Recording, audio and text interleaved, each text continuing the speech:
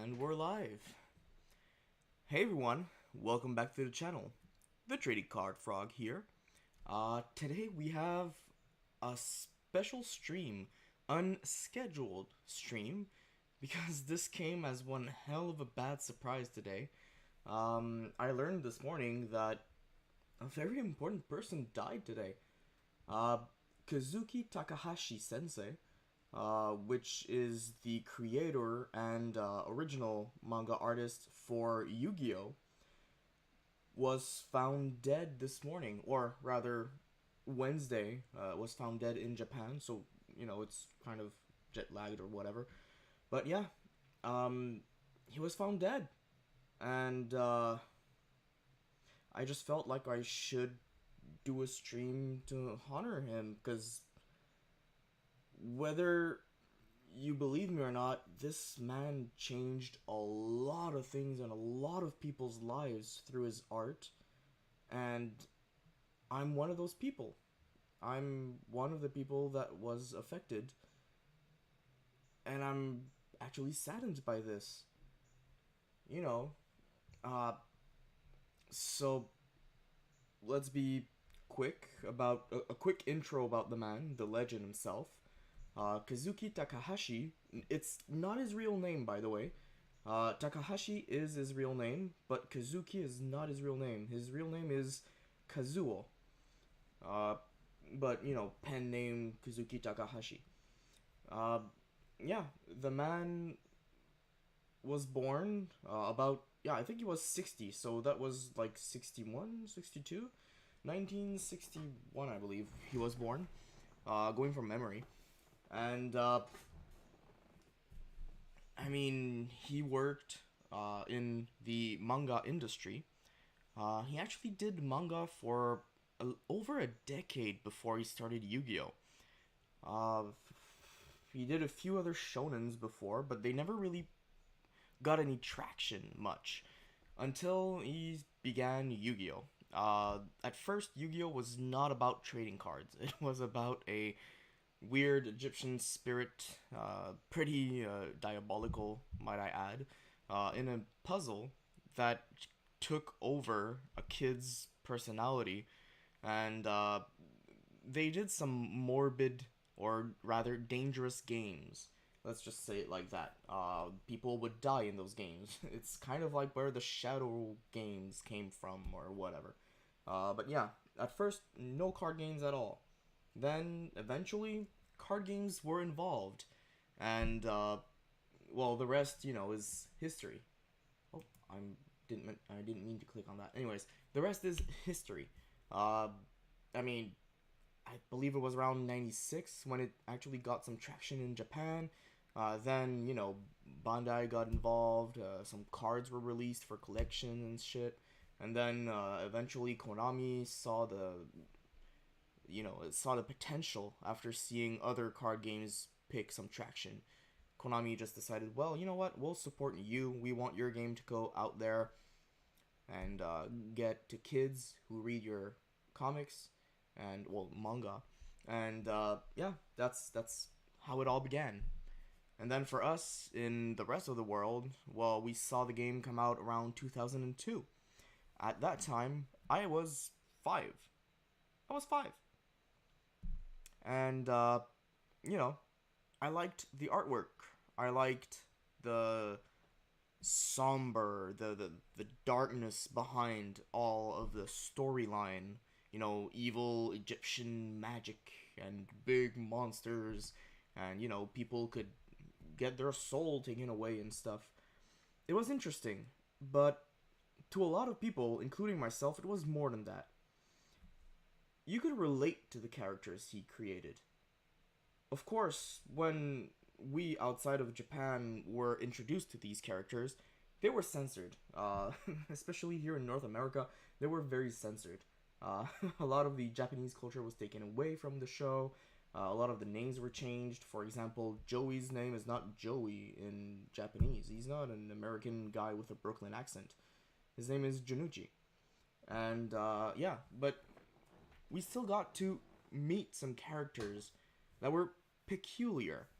Usually, the main character in a shonen is always very strong, you know? They're always like this hero building up to become better and better. Just like, for example, in Dragon Ball or in Naruto, or, you know, they have this character that is not weak but not strong yet, and they become stronger and stronger. But here we have a dual personality main character. There's the weak one, which needs the help of everyone around him to get through stuff. He gets bullied at school. He's short. He's actually not strong at all. He doesn't even train to become stronger. But he's our protagonist. He's our main hero. And he is not a hero.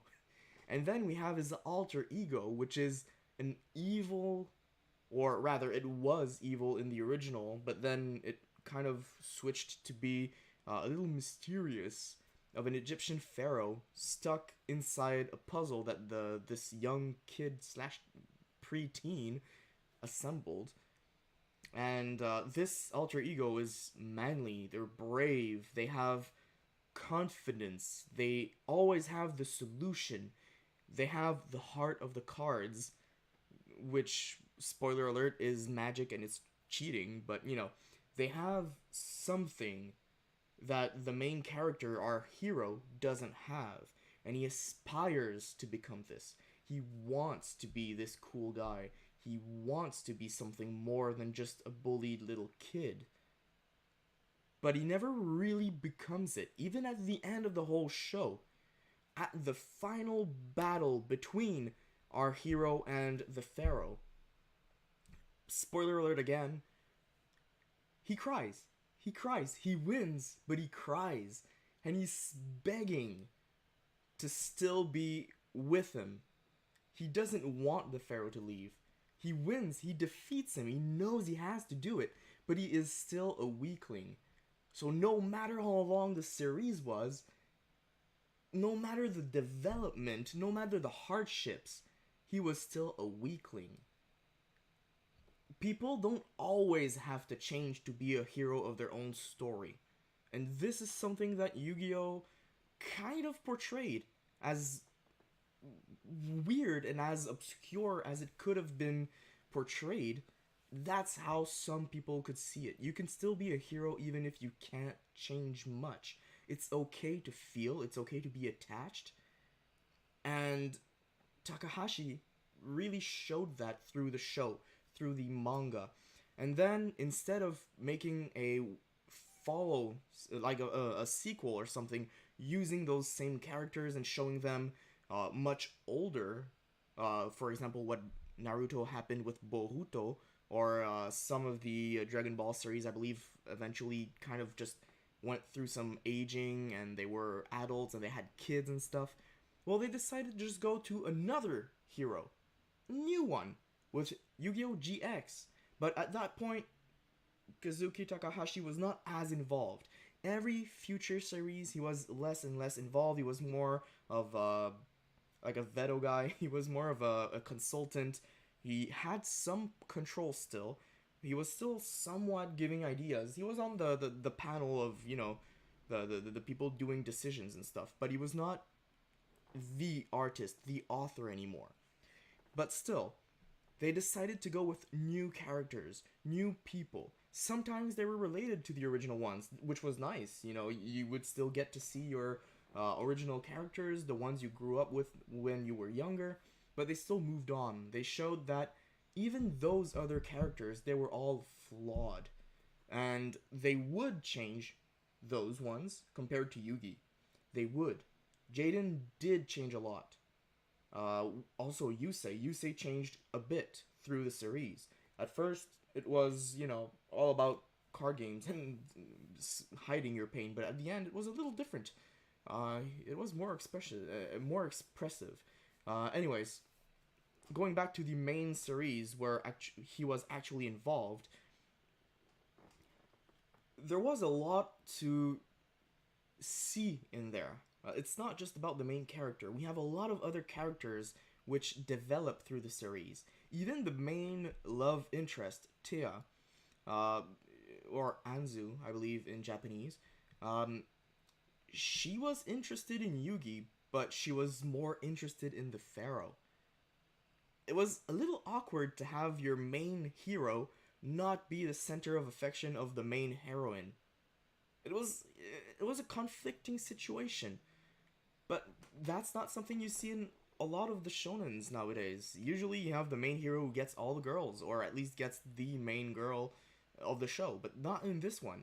It was his alter ego which leaves at the end, so he doesn't necessarily get the girl. Even in the movie, most recently, um, you would see that, yes, she's friends with Yugi, but they're not necessarily a couple at that point. And that's a few years after the pharaoh left. So that means that she wasn't into him more than she was into the pharaoh. So even then, you can see the development was different from the main stereotypical shonen, and that's part of the reason why I really like this character. This, the whole universe is different from a regular shonen, but it was one of the big mangas in Shonen Jump. It was a huge one, very very much acclaimed, and yeah, this humble guy just wanted to do it different. Um, Going back to this guy, the main guy, Kazuo. Uh, he was peculiar. A lot of artists are private. They're a little shut in a bit, and he was not different from that. But um, he wouldn't do a lot of interviews, from what I understand. He went to some cons once in a while, but he didn't try to do much after Yu-Gi-Oh. Like, he was still involved in it. He was still getting some money and stuff, but he didn't try to do another series, although he could have. He did some random art.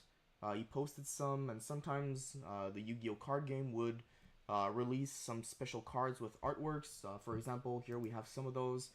For, like, I believe the 5th or the 10th anniversary, some of these came out. This one came out much later, right here. This one came out really recently, as well as these ones here. Even this one. A lot of these came out really recently, to be fair. And so it shows that he was still involved in the creative part of the cards, or at least in the creative part of the art for the game. But he wasn't really involved in making more out of it. He would do often these kinds of drawings and put them on his social media, just like a lot of other artists do. For example, this one is a Pokemon artist, but Mitsuhiro Arita also does this. He does a lot of artwork on his social medias and stuff. He's not a mangaka, but he's an artist. It's a little different, but still. But yeah, from what I understand, the guy was pretty calm, pretty typical manga artist. A little private, but he was nice. He wasn't one of those stuck up people, from what I've heard, at least. Don't quote me on it. Also, I mean, I don't know much about the guy, to be fair. The guy himself left a big legacy, but I don't know a lot about him. I'll try to find in yeah, actually, let's go to his Wikipedia. It might be easier that way. Yeah, okay, he started in the 80s with yeah, okay, he did Fighting Hawk, Danji Burai. Yeah, that's what I was saying. He did it for a few years before he actually did Yu-Gi-Oh in '96. That's pretty good. Oh, he actually did a one shot in 2013. Okay, I didn't know that one. That's interesting. And two-part manga. Yes. Okay, this one I've heard of. I thought it hadn't been released officially, but it's also apparently been approved. So he participated in some kind of a collaboration with Marvel not too long ago. So that hit apparently in 2019. But that's just It's just as they say here, it's a two-part manga. It's not an actual series. Just like for this one is a one shot. He didn't really try to do any additional series of manga or anything. He liked to play games such as shogi, mahjong, and card games, and role-playing games, which is how he was inspired to do the actual card game in Yu-Gi-Oh. As I was mentioning, okay, this is a story I can tell. Um, so at first, Yu-Gi-Oh, as I was saying earlier, was not based around card games. It took like 7 or 8 volumes before card games even came into the game, and at first they weren't really special. They weren't those Egyptian magic things. They were just hologram-based card games. But Kazuki Takahashi was really, really inspired by Magic the Gathering. He had seen a lot of people play the game. He had interest in the game. He had some cards himself, from what I've heard, and that's where he actually got his inspiration for the original version of Yu-Gi-Oh. The original version of Yu-Gi-Oh was a lot more based around using the environment.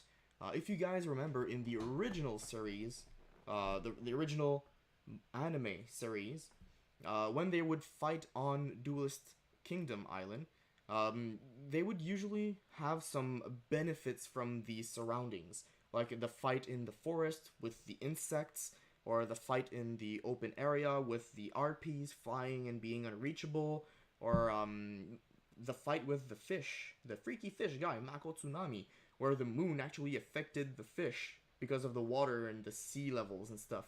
As insane as that sounds, he was a lot inspired with environment, and environment was inspired from Magic the Gathering with lands. You need lands to give power to your creatures, you need lands to play spells and stuff, to cast. So that's where he actually got his inspiration from in the beginning. Then, when he actually started putting rules down, which took some time, because let's be fair, Duelist Kingdom was not very rule-based tournament. Anyways, when he started putting rules down, because there was an actual card game being printed and everything, then it actually became its own thing, and it became so much more complicated, but so much more interesting, because the combos were actually thought out, instead of just, playing who is the wildest at imagination. Anyways, so yeah, he was very, very much affected by games, and I believe that since he likes games so much, that's also why he was into Konami a bit, because Konami, at first, before doing card games, and they still are, they're doing gambling machines. Konami is a gambling company.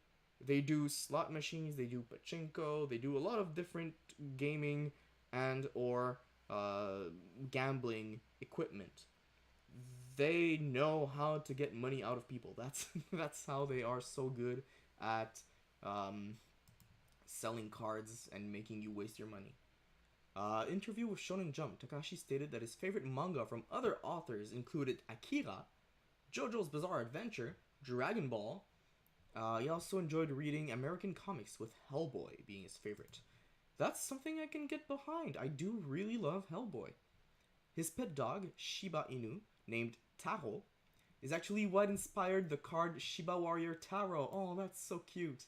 I knew that it was inspired by an actual dog, but I didn't remember it was his own dog. Oh, that's so cute. Okay. Shiba Warrior Taro is a very cute card. Let's just go back. It's this one right here. This cute little doggy with a bone sword on the side. So cute. Oh, I didn't know he had a Shiba. It makes sense now. But yeah, okay, that's actually pretty cute. But yeah, otherwise we don't know a lot. Even Wikipedia doesn't have a lot of information on this man. But still, the way he was found is a little peculiar though. He was found dead wearing snorkeling equipment in a river, in a very tourist spot.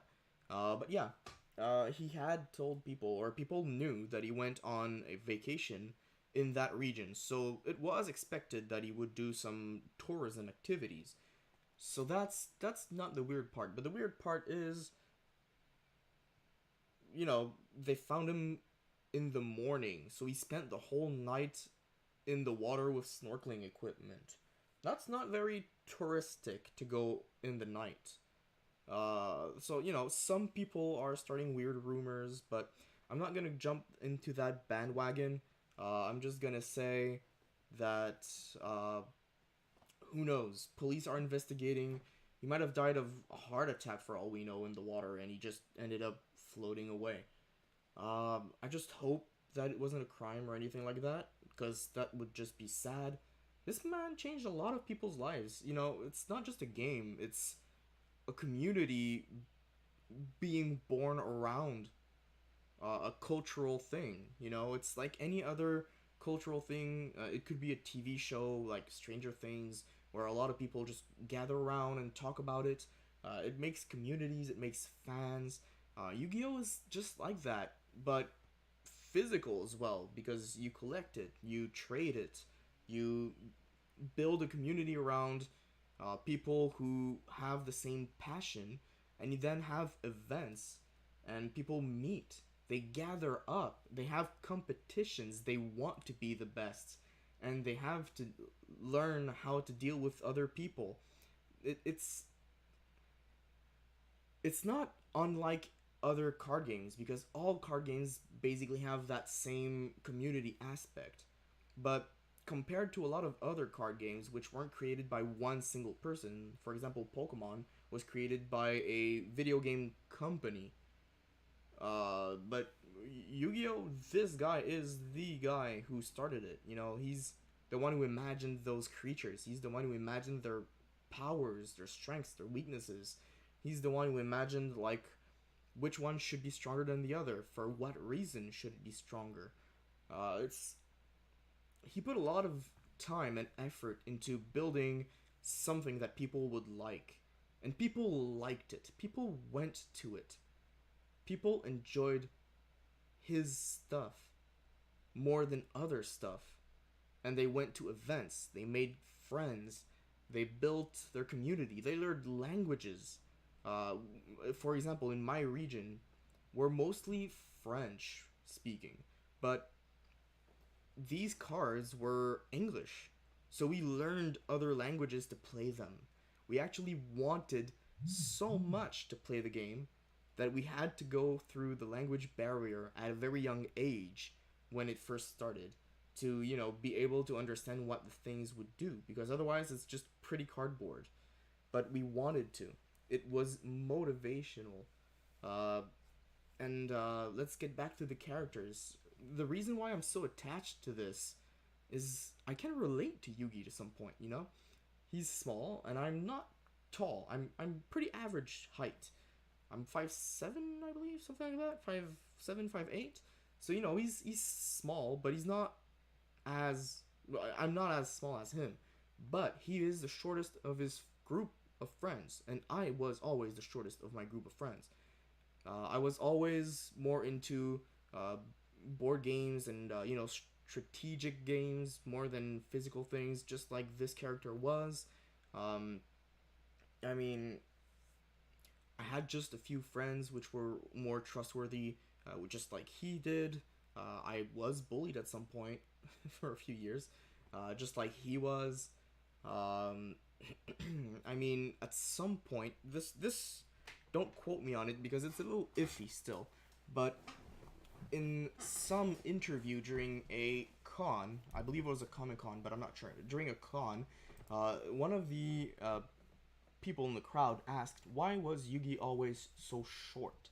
And Takahashi answered that, well, he was a little laughing at the same time, but he said pretty simply that it was because he was diabetic. And, well, you can guess, I'm also diabetic. Apparently, Yugi was diabetic. Now, this was never recorded, so we don't have any proof except the hearsay of the people who were in that interview panel thing. But still, it's an additional trait that a usual main character doesn't have. It's an illness. It's something that won't just go away. They don't really go into it during the manga, at least in the Japanese version, they don't really touch the subject. But in the translated English version, at some point, Joey does hint that Yugi should take some insulin because he was getting a little intense. Now, this was proven to be just a translation with a little added information from Viz, but still, I mean, it is printed. Even though it's only in English, it's not canon, but it's still printed. Apparently, he was diabetic. So yeah, I mean, I related to this character, and well, the guy who created it passed, so I'm obviously gonna be sad. It's something that I've been following. It's a universe, it's a whole world that I've been following since I was 5, and I'm 25 now. So you know, it's 4/5 of my life. It's 80% of my life that I've known this universe, and I have been following it, and a lot of invested time, effort, passion. As you can see, I even ended up collecting a lot of big memorabilia, and you know, it's a way of life to some extent. I know he wasn't really implicated in the more recent releases of cards and stuff, but still, knowing that the creator, that the guy that started it all, is gone at 60, which is very young. Still, like both my folks are older than that. It's just, you know, it hits. It's kind of sad. Um, yeah. What else can I say? Did you guys know? Did you guys know his favorite monster was Blue Eyes White Dragon? Yeah, his favorite card was not Dark Magician, which was the main character's ace monster. It was the Blue Eyes White Dragon, which is why we have so much artwork and so many retrains of Blue Eyes. But since Yugi was the main character, we couldn't have that much more love towards Blue Eyes and not give Dark Magician some love.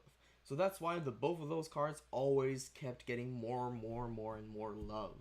And compared to Red Eyes, which got a little less. Still some, but less.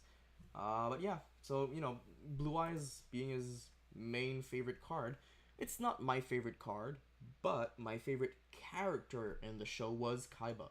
So I really can dig the fact that you have to give some love to Blue Eyes, you have to give some love to Kaiba at the same time. It just goes one with the other, you know? So I was always happy to see that the one guy I like most in the show got some affection, you know, from the author. It's not just a rival, it's his favorite, you know? When the favorite is the rival in the story, it's kind of special. It's not even the main character, and the main character was the one I related to the most. But Kaiba was the one I preferred the most. I guess that's the way it was translated as well, but he was kind of a rude guy, even in Japanese, so that's always been funny. But yeah. So, you know, I just wanted to do a little live stream to honor the man, the legend, the myth. What else? What else? What else? The book. There are quite a few artwork books. For example, Dual Art is a book that I've purchased. I've shown some pictures on the Instagram of this, on the Instagram of this account. So if you guys are interested in seeing some pictures from the inside of this book, not all of it, but some of it, there are quite a few beautiful artworks in there from the myth. As you can see, some very detailed, very aesthetically pleasing artworks can be found in there. And there's also the Monster Art Box, which is another artwork compilation books. It's multiple books, but it's a compilation. And I've also purchased this box. It's 3 books in one, I believe, something like that. Let's just go and check. It's been a while since I've looked at it, but that's the box in which this little promo thing came out. But yeah, it's 3 books, I believe. Yeah, you have the artworks, you have the card art collection, and you have the OCG artworks. So yeah, it's a very cool book. You have the actual artwork of the monster designed for the card, but you also have the whole design before the posing for the artwork of the card. So, you know, there was a lot more thought into the monsters than simply making a facade for the card. Like, they had different poses, they had different intentions, you know. It could have been a different angle for the card for all we know. It's a lot more detailed in this book, and that's what I like really about this book and about the dedication behind the people who made the card game possible, and behind Kazuki Takahashi, which started all of this. Like, he designed the first few of these cards and monsters, so you know he's been behind all of this for a while. Also, as you guys could see a little earlier in the artworks, I don't know if we're gonna see it here, but even if he wasn't as involved in the following series after Duel Monsters, he still participated quite a bit. He did some artworks himself sometimes. Trying to find the good ones. I can't really find them. There we go, this one. So he actually did some artworks, including the next two main characters, which was interesting. You know, he's involved in it to some extent. So here you have him, sign in some stuff. So yeah, yeah. I guess I'll just stop sharing some random pictures. I'll just put myself in the screen. Okay, so I don't want to just close the stream on this sad note. But yeah, I mean, there's not much more to say. The guy was great. For a lot of people, he started some very important communities. He started a lot of, you know, people wanting to uh, relate to a character that was not the typical shonen character. Although everyone strives to become their own hero, not everyone succeeds in it, and that's okay. And, you know, you don't have to be regular at first. You can always be a smart kid instead of a regular kid. You don't have to be the sportsy kid. You can be into board games. I mean, you could have some alter egos for all I care. I mean, I don't know. You might be schizophrenia. I don't know. But the main thing is, and what you have to remember, is that he wanted us to see something different. He wanted to stick out from the crowd, but he wanted it to be relatable. Because even if everyone's different in the world, there's always someone that's going to relate to something you can imagine. And the fact that a lot of people related to this, and a lot of people were simply just intrigued by the monsters, not always just about the characters. Sometimes it's about the action and everything, but the fact that a lot of people could gather around behind a board game, essentially. Back then, you know, other than maybe Card Captor Sakura or something like that, there weren't a lot of board games being relevant on television, really. It was like Gundams and ninjas and martial arts and fighting and everything. Uh, Board games being meta was not something back then. So, you know, it kind of opened television to hobbies. And that's something important because, you know, hobbies and collecting and playing in communities, it's, you know, it's something that's good for socializing. But yeah, anyways, so before I end this stream, I just wanted to say I want to pay my respect to the guy. I want to commemorate this, and to do that, I decided to actually build the Millennium Puzzle myself. This is just the cover, but I have this box. I've had it for a very long time, actually, but I never got around to actually building it. I wanted to do it for a stream or for a video or something, but I found that I never really found a good time to do it, but now I think it's the right time. I think that I should build the Millennium Puzzle to, you know, honor the man. But yeah, so I'll be working on this soon. I'll probably do a video instead of a stream because I don't know how long it's gonna be. This is one hell of a thing, and it doesn't have any instructions. It's not gonna be an easy one. But before doing that, I'll be doing the golden sarcophagus. I've also had this one for a while, and I've been waiting to actually build it. This one, I believe, has some instructions in it, but you know, it's always just like the other thing. It's yeah, okay, the camera is not zooming. Yippee. Anyways, it's all sprues and stuff. You have to cut everything. You have to sand off, or you know, you have to put everything together and it fits. So it's not gonna be easy. But my main goal is to build this by next weekend. So I'll be able to upload this, and then the week after, I'll have been able to cut out all of these little pieces here, and I'll put the pieces into the gold sarcophagus, and I'll try my best. It's been a long time since I've done some 3D puzzles, but I'll try my best to replicate the beginning of the anime, where Yugi takes out pieces from this little box, and he actually makes the puzzle.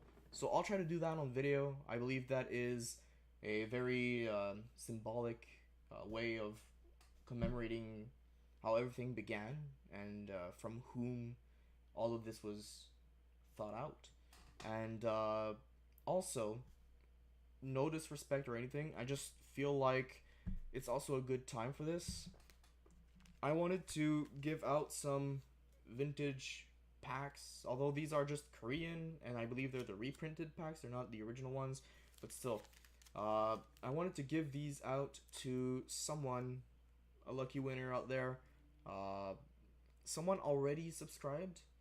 I want to give out to the people who have been following me for a while, not just new people coming in because of this one video or anything. That's why I'm not announcing the giveaway or anything in the title or in the description.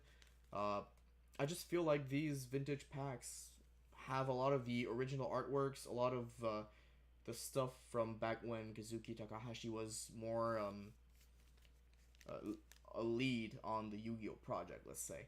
And they're nostalgic, just like what his creation is to me and a lot of other fans out there. And so I just feel like this is something interesting that some of you guys out there might be interested in as well.